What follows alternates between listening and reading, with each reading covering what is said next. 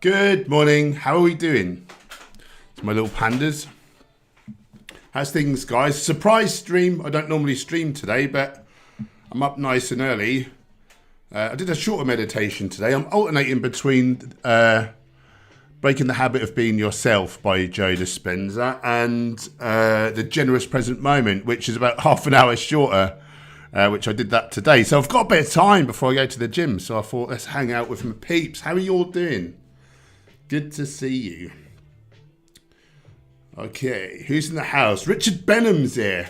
Good morning, and lovely Angharad and her ma'am, Linda. Subscribe to Angharad if you've not already. If you've not, I'll know, and I'll come round there and I'll sort you out. She's great. Dirk Diggler's in the house, nice and early-ish. Cool. Thanks for joining Dirk Diggler. That is a great name. Peace with Reese. Subscribe to him as well. He's blinking brilliant. This tune never gets old when you're going to set up a rave night. I guess we can now, the old COVID things. All the festivals have been okay, haven't they? They've all been green lighted. So yeah, let's have a rave. And I don't know if you guys all know Peace with Reese. He did a great video involving a robot dolphin. It's not got nearly enough love. I'll pop it in the chat. Give that a look when you get a chance. It's well good. Okay, that must have taken blinking ages, Reese. How long did that take you to shoot and edit? Owen Samurai's in the house. Good to see you. Angry Vegan. Top of the morning. Hello to you. Good old Nicky, Northern British Gaming. Good morning. How is everyone? What are we up to today?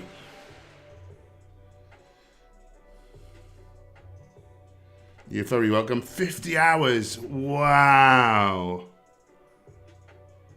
Oh yeah, I bet though. I bet. I don't know if I'd have the patience. Wow, that's brilliant. Lucy's here. Morning to you. And I just saw that you've got a new video. What's that all about? That looks pretty cool as well. So yeah, what's everyone doing today? What's the steez? What's the score?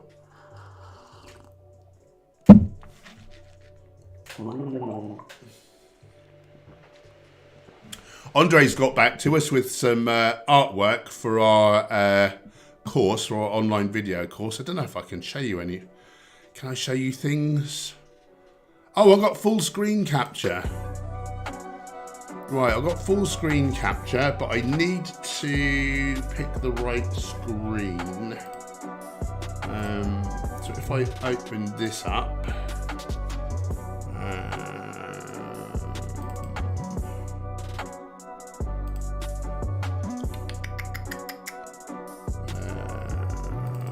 Oh yeah, there it is. So if we show this, and now if I pick window capture,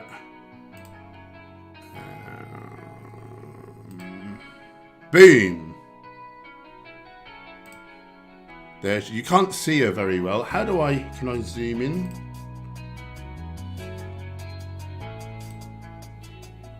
What do you think of these bad boys? So this is just part of the mock-up. So there's going to be, our cookbooks will also be on there. Our cookbooks will also be on there. And then there'll also be, well, I'll show you. Oh, I've gone blurry. cut that out.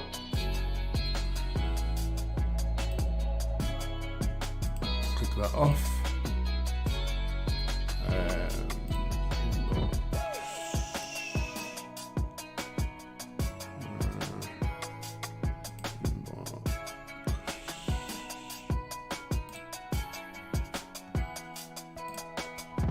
Oh, and so there'll also be this as well. What do you reckon? Is that good or what?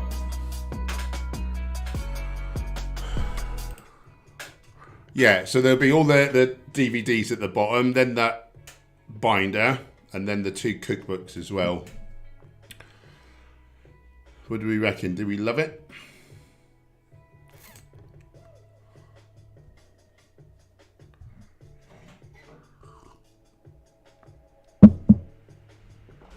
Saba, do you consider honey vegan? I suppose really it doesn't matter what any of us consider. It's like, what is the definition? And it's no products that are cruel to or exploitative of animals. So therefore honey can never be vegan by default, by definition. Also, it's a free sugar, and that's the worst thing, nutritionally speaking, is the thing that will raise your risk for Alzheimer's disease the most, according to the latest research by the Scherzeyes neurobiologist couple researchers. I wouldn't be touching that with a barge pole.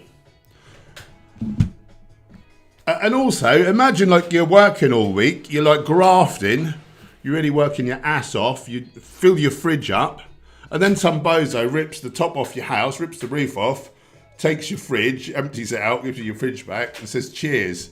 And like your nan gets crushed when he puts the roof back on. How would you feel? Also, I did read, like your average, I think honeybees normally live for 42 days.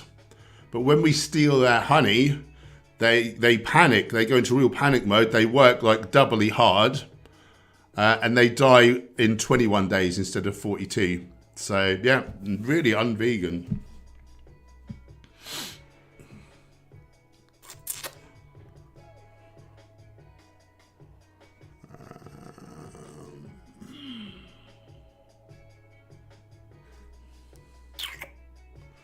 Peace. With Reese. New one is whether Peter really kills animals. Interesting. I found myself down a rabbit hole with some crazy twists. And interesting. It's not something I've ever actually looked into. It's honestly mind-blowing what really goes on. Nice, I'll give that a look. Kate Savage, my man Hench, what's the name of this beat? It's only available via Epidemic Sound, which is a subscription, copyright-free service. This is Final Draw by Cushy. It's under Trap Dark Restless. Oh, no, it's not. I told you a lie. Sorry, I was up the wrong end of the... Sorry, this is By the Boardwalk by DJ Den's The Rooster. Happy/relaxing. I didn't think it sounded very dark. Oh, I'm so silly. Peace with Reese looks really professional. Thank you, brother. I appreciate you saying that. That's what I wanted to hear. Good old Mooncat's in the house. Hello to you. Mooncat, I meant to ask you last night when we chatted. I still can't see how to do an update on FreeMake. Please, can you advise? Regular Jack, best bench press, 140 for 12 kilos, bodybuilding style. I've never done like powerlifting, so.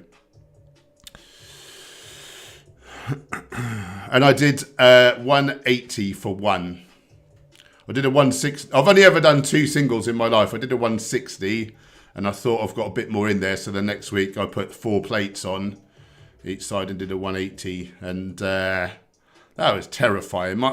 It didn't feel like so much like a muscular effort. It just felt like, oh, my tendon's going to ping off the joints. Like I thought, this isn't for me.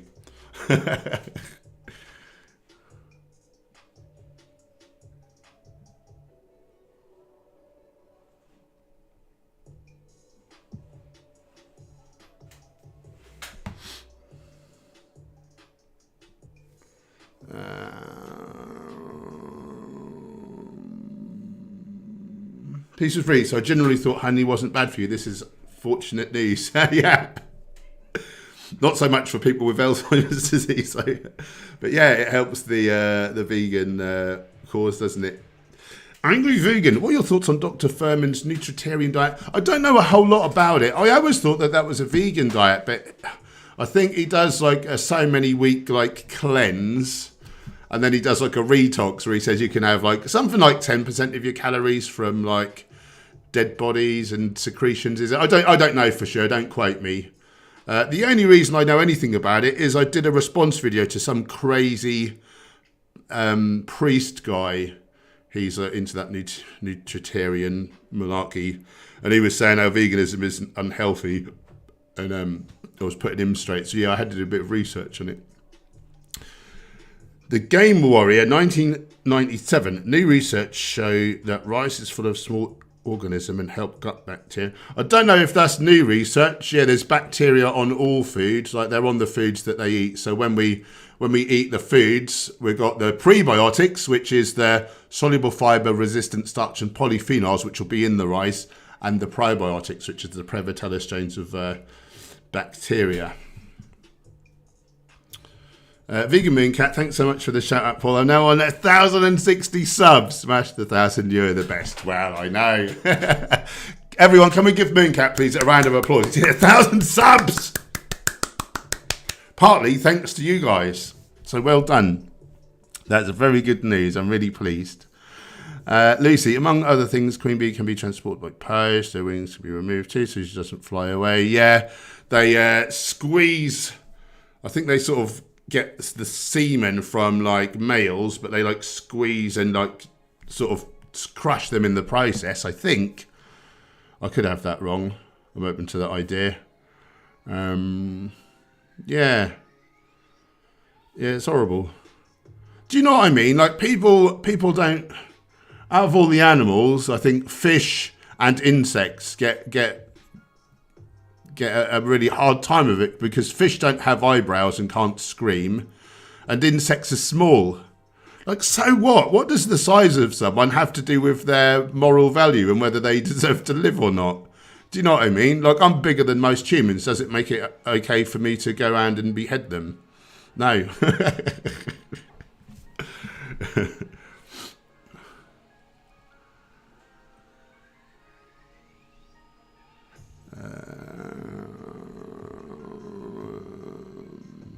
IK Savage, I'm a huge fan of plant-based meats. It's not the taste I'm against, it's the cruelty. Yeah, exactly. Good on ya. Mooncat, I can log on after the stream and manually update the sneaky little bugger. Thank you, my friend. What I'll do is I'll finish a little early. So I want to head to the gym for about 9. So yeah, we'll cut the stream for about 8:45 then. And thank you, you lovely man. What would I do without you? I really don't know. Flair is in the house. He's worried about drainers in the chat, whatever that means. I don't know. Answers on a postcard. Lugo, what body split do you use in the gym? Currently, I'm doing upper body push, upper body pull. Then I'm out of the gym and I do some cycling and I go quite hard. I was doing hill sprints twice a week. I found like that was like too much, and now I typically do hill sprints once a week, and then I do like quite a hard, more of a distance ride, not a mad distance. I don't do about 40 minutes, but I ride quite hard. And what I've found is that's capped my quad size, and obviously it's made me a lot fitter. So that's been really enjoyable. And I do that twice a week, so 2 times a week frequency. So push pull cycle, push pull cycle. Saturday, typically just do like a long walk in nature, more like a active recovery. What sort of split do you favour? I've done all kinds of splits over the years. I've been training like 30 plus years now. IK Savage, Storage is looking around somewhere saying anti-nutrients and it's nature. Morals don't exist in nature. Yeah, he's very silly, isn't he? I notice how he says like people are wimps and shouldn't rely on the police and all that sort of thing, and then the minute he got a bit of he phoned the bill up.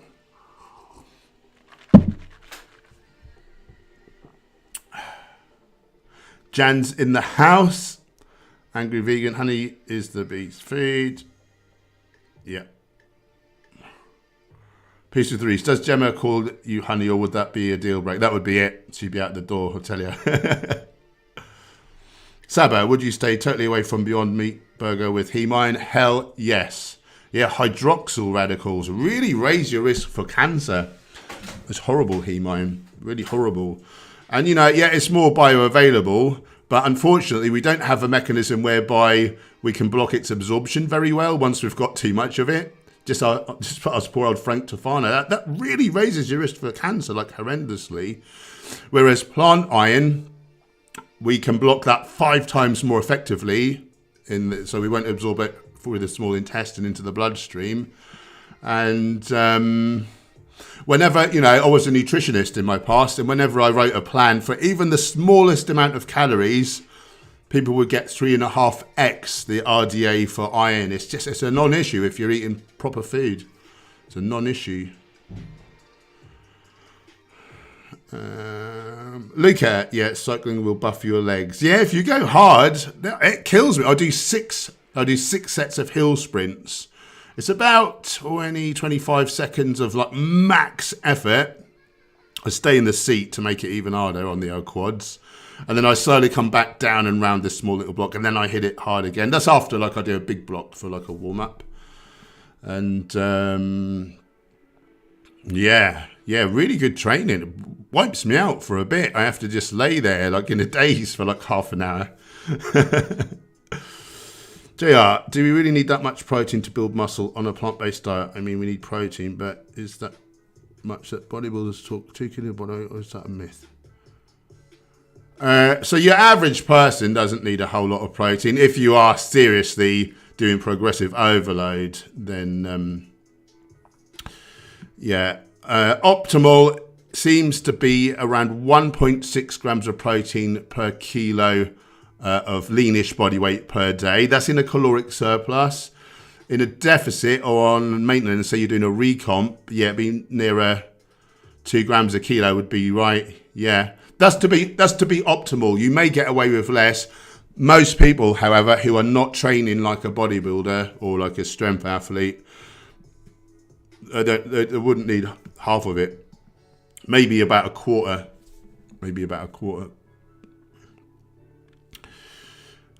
Dean Ellis, great question. What's your view on coffee or caffeine in general? So, I mean, it is actually, for your average American, there is the biggest source of antioxidants for them, which is not to say that coffee is particularly great in antioxidants. It just shows how poor your average American's diet is, really. There are benefits. I mean, there's sports performance benefits. Caffeine is reckoned to be the most powerful legal bodybuilding supplement. You know, it's energy, it's drive, it's pain mitigation, it's focus. But there's pros and cons, and I think some people are poor caffeine metabolizers and they should steer clear. I got so heavily on to caffeine, and I'm sort of one of those people normally. I'm all or nothing, and I just got up to doing like stupid amounts, and eventually, like, it was just giving me these migraine like auras all the time. I basically couldn't see like every day or every other day, like, and I just have a horrible like pain in the head. And I came completely off caffeine for the longest time. I've fairly recently reintroduced matcha, which I have twice a day. And that doesn't make me jittery like caffeine did. I think caffeine didn't help me in terms of like anxiety, particularly around, you know, broadcast public speaking. So, but matcha doesn't seem to make me jittery, and I think it's a lot slower release. It's a lot longer action. You don't get the horrible crash, and it's got the, is it theobromine? L-theanine.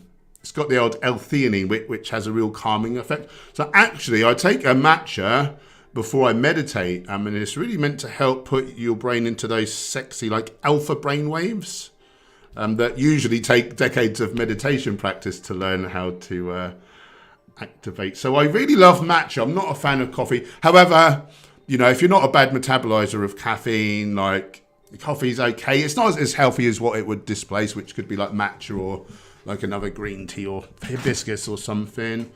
There are benefits. For every cup, up to 8 cups a day, the science shows that you have an inverse correlation with suicide risk. There's a few little things. However, it is a neurotoxin. The reason it works, the reason it speeds up your heart and makes you hot and sweaty is because it's toxic and your body's trying to detox it. It's trying to sweat it out of you. And it's why it's like a diuretic as well. You're trying to pee it out. So, it does irritate the nervous system. I think you have to be on your own counsel on, do you really feel good on it, or is it making you jittery? If it hurts your sleep, sleep's number one. If it's hurting your sleep, then you really want to get rid of it, because that will shorten your life like crazy. The less you sleep, the less you live is a phrase I've heard from a sleep expert. So that's really something. Anyway, I hope that answered it. That was a great question. Thoughts on knees over toes, guy? I recently came across his name. I saw that he'd been on London Real with Brian Rose. I've never watched the guy. I've got absolutely no clue. Is he like an exercise physiologist or something? That would be my guess. Let me know a little bit about him. What are your thoughts? I see. Do you have any tips for optimizing the microbiome? I have a ton. Number one, eat the most diverse range of whole plant foods. Legumes, whole grains, fruits, vegetables, nuts, seeds, herbs and spices. Include some seaweeds. Just eat the biggest range you can. In that way, you'll be eating the most range of different types of fibre, which is what feeds these good guys. They also eat polyphenols. They also eat resistant starch, which is found in insoluble fibre. So basically, they're whole foods vegans. If you eat anything other than whole plant foods, you're feeding the bad guys, the Prevotella strains. And if you're eating whole plant foods, you're feeding the good guys, the Prevotella. Did I say Prevotella for the bad guys? Bacteroides. I can't remember what I said. Bacteroides are the bad guys. They eat everything else. Prevotella are the good guys. They eat whole plant foods. That's number one. Other things, optimize your sleep. Make sure you're sleeping well. Ideally, for most people, 7-8 hours is ideal. Get in nature. Breathe in some microbes in the woods and whatnot. Don't be born by C-section. Make sure you have a vaginal birth, so you're taking in your mother's vaginal fluids and all the inherent bacteria. We used to think that newborn babies, or babies in the womb, their colons were fairly sterile. We now know there are some bacteria hanging out there, but the biggest boost then to the microbiome is vaginal birth, and then milk, as well, drinking the old mother's milk, you're getting the bacteria from the skin as well. Vaginal birth. Don't be bottle fed. Never take antibiotics if you have to. Some people say you'll never be as strong in the gut microbiome. I don't know how true that is. The science is not really in. But certainly eat as much range of whole plant foods as you can. That will give you the best chance of being optimal. Other tips to optimize the gut microbiome: exercise, relaxation like meditation. Don't be eating every 5 seconds. Have at least 3 3/4 hours between meals. Fast for at least 12 hours because these guys need a rest as well. Don't drink tap water. That's got chloride in, which is in there for the express purpose of killing bacteria, as is SLS in toothpaste, as in antibacterials in dishwasher fluid, stuff like that. Washing up liquid. I think that's enough tips to be getting on with. And that's a very good idea to optimize the old gut microbiome. So great question, I see. Vigard Solberg's in the house. Good to see you. Matt Effrey. Hey, Hench, any tips on exercise when you've got really bad DOMs? Yeah, have a rest. Also, how do I shake off the occasional dairy and eggs that are used as ingredients? How do I shake off the occasional dairy and eggs that are used as ingredients in some products?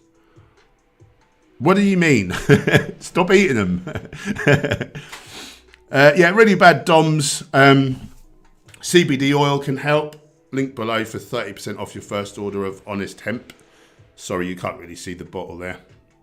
So that's good. But yeah, eat well of antioxidant-rich foods, so like your fruits and veggies, amla powder, herbs and spices, that sort of thing.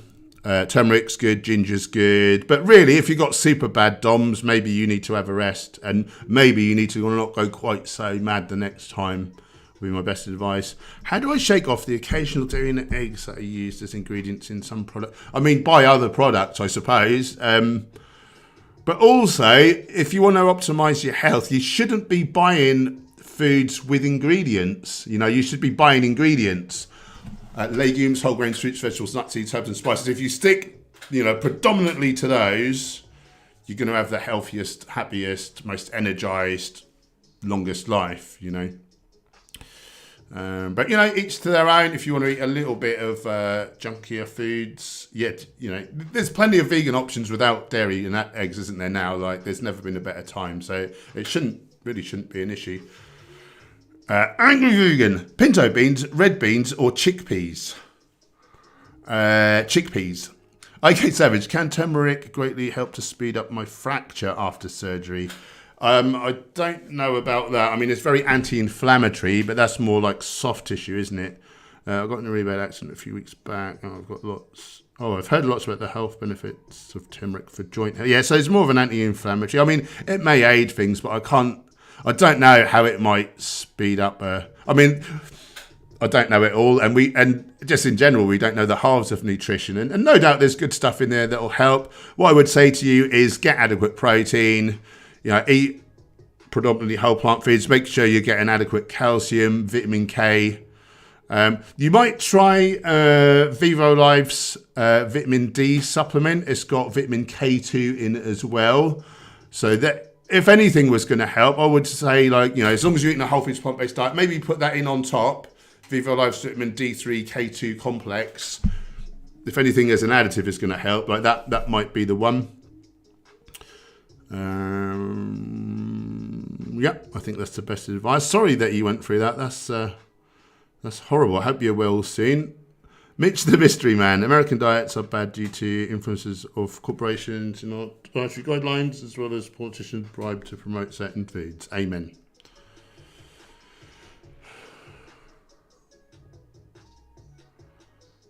It's what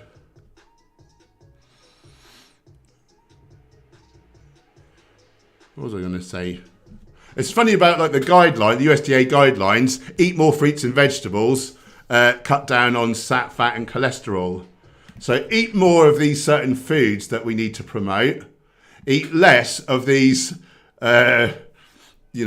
nutrients. We're not saying what the foods are because we're not allowed to not promote animal agriculture.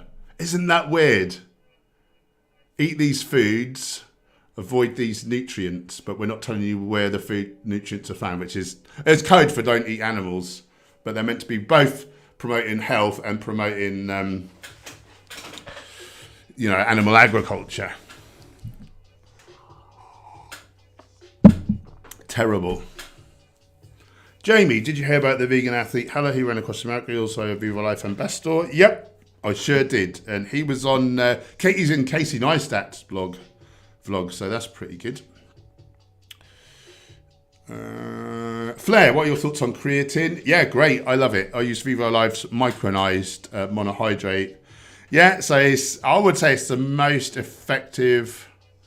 People say caffeine is the most effective bodybuilding, legal bodybuilding drug. I say it might be creatine, at least for 70% of people. It volumizes the muscles, gives you more power, gives you more endurance, helps cognitive function.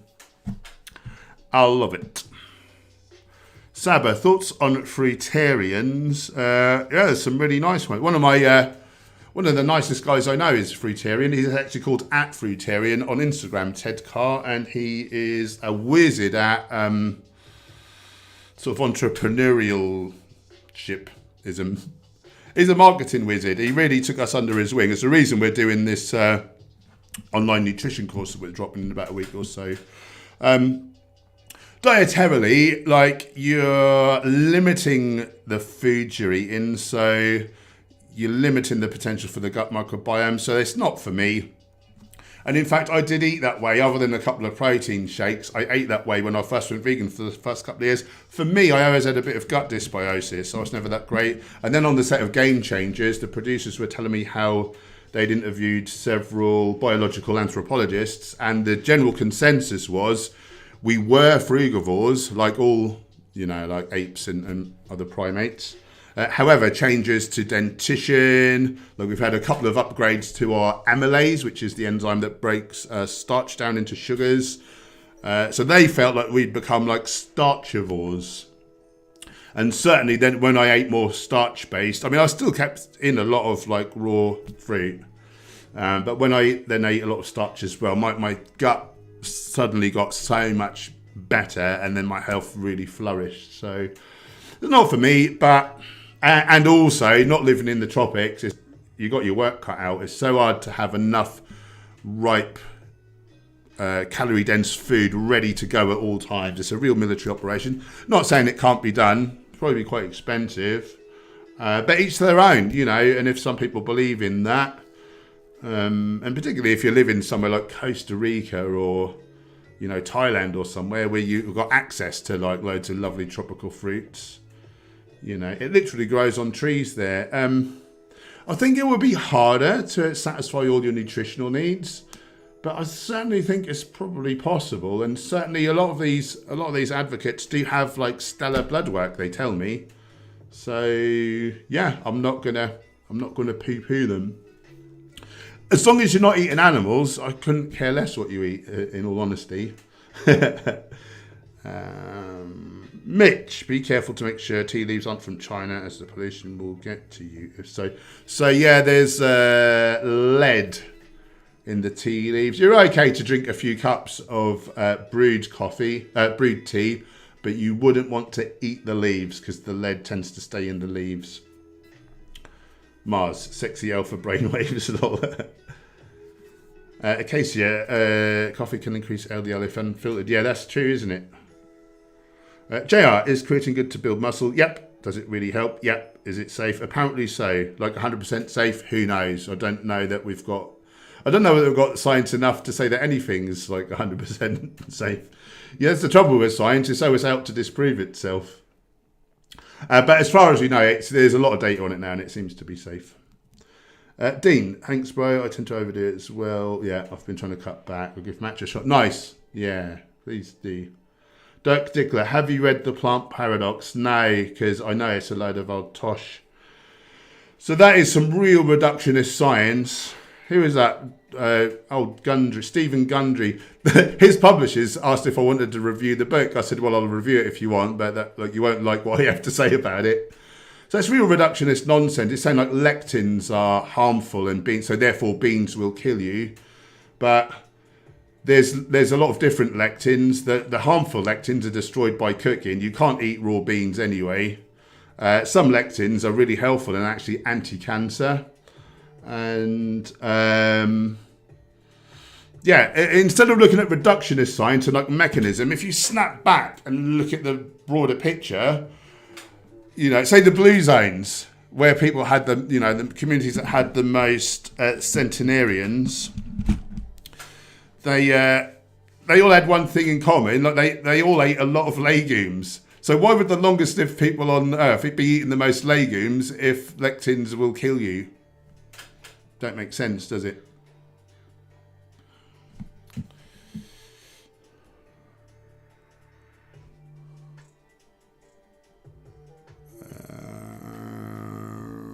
Matt, any tips on reducing vegan-induced flatulence? Don't go 100% whole foods plant-based straight off the bat. Do it slowly so that you have time for your harmful Bacteroides bacteria to die off, so you have time for the Prevotella strains to thrive. They process the fibre more efficaciously, and that shouldn't really be an issue. Rinse your beans as well, so you take off the methyl cellulose, is it called? I forget now. Jamie, what are your thoughts on TV? I'll tell you why some people get a lot of flatulence. When they add in more beans and things, because they're still eating some animal products. And like whole plant foods take 12 to 16 hours mouth to anus. 12 to 16 hours if you're a whole foods vegan. If you've got meat in there, well, good luck. It's going to take like probably several times that.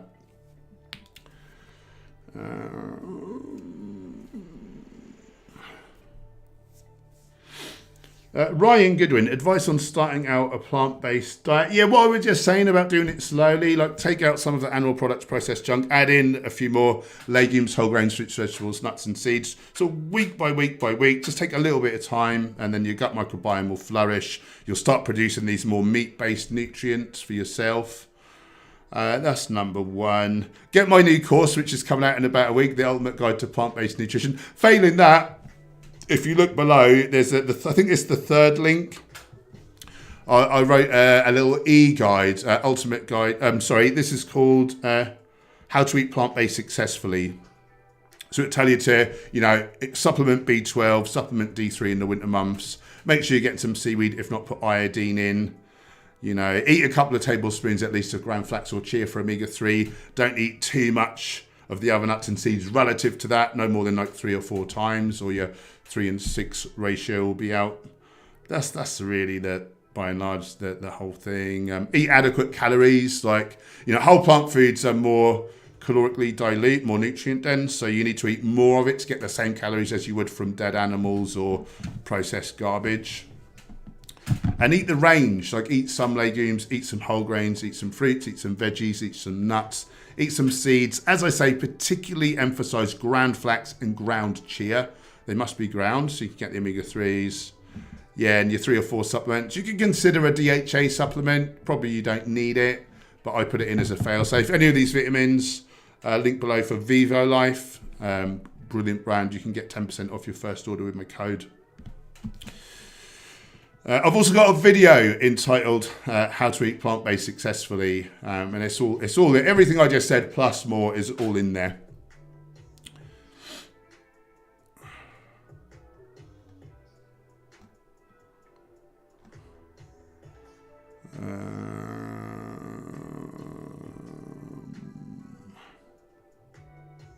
You're welcome. I see. Vegan Mooncat.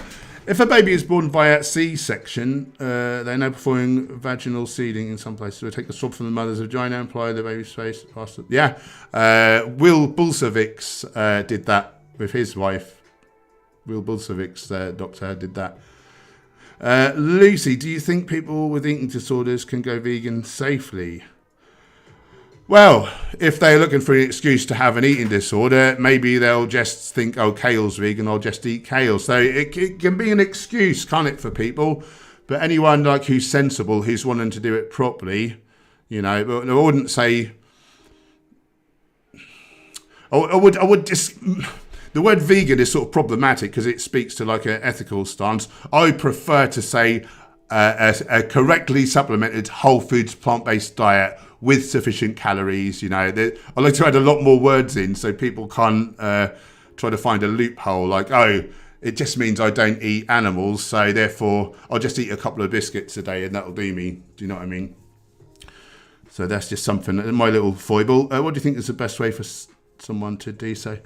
I wouldn't profess to have the first clue about treating someone with an eating disorder. One of my former clients, she was vegan and she worked with people with eating disorders in the hospital.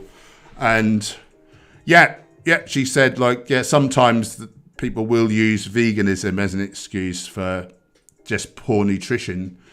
It's like any diet. You can eat it. You can eat nutritionally inadequate. People say, oh, did you see this vegan couple, they made their baby vegan and their baby died or whatever, and then you find out that they weren't feeding the baby adequate calories. Well, exponentially more non-vegan babies have died of neglect versus this one vegan baby who just simply wasn't given enough nutrition. So whatever label you put on an eating style, it's open to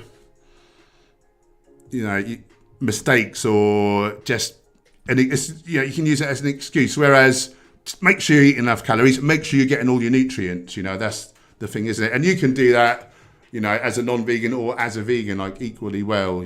So I just think it's a shame when people use it as an excuse. Yeah, but I don't really have better advice. I would say work with a professional, like my former client. I think that's important. And also, I'm guessing, like, often these things are psychological, aren't they? So here's me, a nutritionist, looking at it from my logical, perspective. But often these things are emotionally driven, and, it's past traumas, and, I guess, like, you need to be working with a good counsellor as well. I'm just speculating. I don't know anything about it, in all honesty. So I'll put my hand up. Owen Samurai, is there an alternative to having CBD in oil form? I think there is like there are water-based versions. But I guess the CBD itself is an oil. But mine is in a hemp oil base. And yeah, I'd prefer if it had no oil base. However, and that's the thing, how do they mix it because CBD is an oil, so I'm not even sure how that works. They must have some sort of an emulsifier, I guess. Never thought about that. You can get pure CBD oil, so in that case, you're going to be getting next to no oil for loads of active ingredient. However, even the oil I use, in a hemp base, I use like a few little drips. Like that's not even a milliliter. Do you know what I mean? It's like a fraction, like 0.01 or something. It's so minuscule. It's not something I worry about. Januaria Focini. That is a cool bloody name. What do you find is the healthiest vegan cream cheese? Unfamiliar. Most of the ones I find are new, amazing coconut oil. Yeah, well done for not going for the coconut oil. I think there's one called Noosh, Noosh, possibly. There's a few like almond based, not a cream cheese, but I've got a video for a sunflower seed cheese spread on my channel if you search for that. Yeah, but there's ones made with like cashews or almonds. I don't buy a lot of processed food, so I'm not too good on brands, I'm afraid. Can anyone else advise? Seba, thoughts on intermittent fasting? Apparently no benefit metabolically to weight loss, to fat loss. However, there are benefits for some people in terms of diet adherence, like they find it easier to stick to that and lose weight. But it's not the fact that they're doing IF, it's the fact that they're on a calorie restricted diet. But there are benefits to health, and I've actually incorporated it in more recent months myself. I eat in an 11 to 12 hour window, and I have 12 to 13 hours off. So there's benefits to, what do they call it, like hormesis. Like the idea that which doesn't kill you makes you stronger. So if you're fasting for a while, your body will actually turn inwards and go into kind of repair. Instead of build mode, it goes into like a repair mode and can undo like potential like cancers and things. Yeah, very, very good for your health. Very good for health. No benefits, I understand, to like muscle building. They say it like raises your growth hormone. I bet it dips your bloody testosterone though. And it'll be, you really need super physiological doses of these hormones to make any appreciable difference. So clinically, like there's no benefits to growth. Yeah, apparently no metabolic benefits to fat loss. However, diet adherence means that it does seem to work well for people for fat loss. Dirk Diggler, I just don't know who to trust anymore. Nutritional studies are so complex. Yeah, so which is why I put my faith in nutritionfacts.org. So these are a group of research scientists. They were funded by a, what do you call it, like a philanthropist. They're now like a charity. And they look at every English language nutrition study to see who funded it. So, 90% of nutrition studies are funded by the very companies that stand to profit from a favourable outcome. And as such, they are 4 to 8 times more likely to show a favourable outcome versus if it was like someone else doing the study that, nearly always, if it's an animal product, they'll find like detriment to it. So they see who funded it. They see if it was good science or not. So like that study that came out, that was the front cover of Time magazine. There was that butter colour that said fat is back. And they said, oh, we did a study and people had more and more saturated fat and it didn't make any difference to serum cholesterol. So therefore you can eat as much fat as you want. That was a bad study because they just studied people. There was no control. They were just eating their normal diet, whatever they wanted to eat. On top of that diet, they were either eating 1 egg, 2 eggs, or 3 eggs a day. And there was a stepwise increase in serum LDL. It was minuscule. It was nothing to really be concerned about. However, had they have had a whole foods vegan who wasn't eating like coconut oil and stuff in the group, they would have seen that their serum LDL is through the floor to the point where you can't lay down atherosclerosis, which leads to a number 1 killer, heart disease. And so that was a terrible study design. They set the study up to find sat fat favourable because they were being paid by the egg industry. So nutritionfacts.org will look at that for you. They'll see who funded it. Is it good science or is it a load of BS? And then they tell you what we should do about it in layman's terms, tiny little bite-sized videos. And also, most importantly, for the academics, they cite every single study. So below the video, you can click the link, you can go to the study, and you can see for yourself. You can make your own mind up. And so, yeah, I'm no research scientist. Nutritional studies are complex. I don't know how to read them properly. I've got a little bit of an idea now, a few years on, but I wouldn't profess to be an expert. But I'll tell you who is nutritionfacts.org. And, they'll call stuff out. They will say, like, coconut oil will kill you quicker than beef fat will. It's not as bad as butter, but it's worse than beef fat. And they will say, like, you'd be hard-pressed to say that a person eating a predominantly whole foods plant-based diet with a little animal products on occasion, like you'd be hard-pressed to say that they're less healthy than your average vegan who eats a load of processed junk. They'll say, like, if you're eating mostly whole plant foods and a little bit of animal, you're most likely to be far healthier than a junk food vegan. So it's not that they're vegan. I mean, they are vegan, particularly Dr. Greger. He's not biased because he's vegan. He's vegan because he saw the power of a whole foods plant-based diet and became vegan off the back of it because he didn't want to be the cause of his own death when he saw his gran become better. She was meant to die. She had 3 heart bypass operations and the surgeon said, like, there's no more we can do for you, send you home, you're not going to live that long. That was the prognosis. She lived for another 30 years. She came across Dr. Nathan Pritikin. He wasn't even a doctor. There's a guy called Nathan Pritikin. He was an engineer and he got heart disease in his early 40s. He didn't like it much. So with his logical engineer's mind, he looked around the world. Oh, where don't people get heart disease? Rural Uganda. What are these rural Ugandans eating? Whole plant foods, like virtually nothing in the way of animal products, like they're too poor. And he saved thousands of Americans' lives, including Dr. Greger's gran. She lived for 30. She was meant to die in her early 60s, and she lived past 90. So he's not biased because he's vegan. He's vegan because he's seen the power of what good nutrition can actually do. And that's why I trust him. And not to say that he's infallible, but he seems to be good stuff.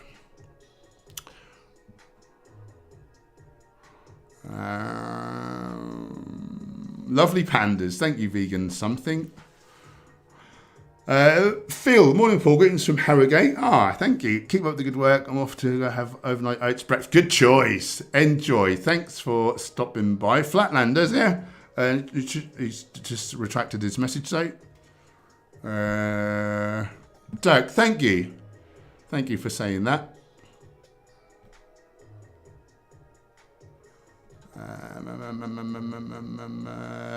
Or some. Veganism reduced my high-density lipoprotein as well as my low-density lipoprotein. This caused the LDL to HDL ratio to go up. How to prevent this? Don't. You've got no need to. So we used to believe that HDL lowered your risk for heart disease. It doesn't. there is an association, but it's not causal. So it's a bit like if you've got, if someone's got more ashtrays, if someone's got a load of ashtrays, the more ashtrays they've got, the more likely they're going to get lung cancer. But what happens if you take away one of their ashtrays? Not a goddamn thing. It's not causal, it's associated. And so HDL seems to be a marker. It's to do with inflammation or something, we think. But if you give people like more HDL or people with naturally high HDL, there's no benefit to heart disease risk. There is no benefit. So interventional trials. So we've given people, you know, who are on their way for heart disease. We've given them like loads of HDL. They've still got heart disease just the same as if they hadn't got it. So with interventional trials, we've disproven that link is causal. It's merely an association, but it's not a causal association. So yeah, that's great. That's absolutely fine. The only thing to worry about is your HDL. You want your HDL lower than 70 nanograms per deciliter. No, it's milligrams. 70 milligrams per deciliter or lower. Ideally, like lower, like 57 or something. Then the plant-based doctors reckon that you're pretty much guaranteed to be heart attack proof, or at least you're not going to get coronary like heart disease. Yeah. Jeremy Boland's in the house. Good to see you. Right. Right, I better sign off because I need to get to the gym, but I need to speak to Mooncat briefly before the fact. Thanks for hanging out. Thanks, moderators, for keeping us troll-free. We're back. What day is it? Tuesday. I'm back tomorrow morning, about 9 a.m. So hopefully you'll come and hang out. Oh, and tomorrow night at 6 p.m. is the channel members and Patreons only live stream. If you're not a member or a Patreon already and you want to get involved, links below for those.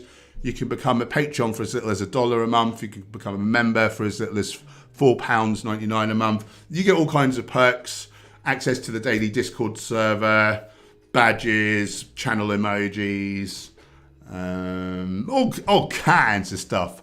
All kinds. Right, I better do one. I'll see you guys tomorrow. Thanks for hanging out. I love you all very much. Have an awesome day. Bye for now.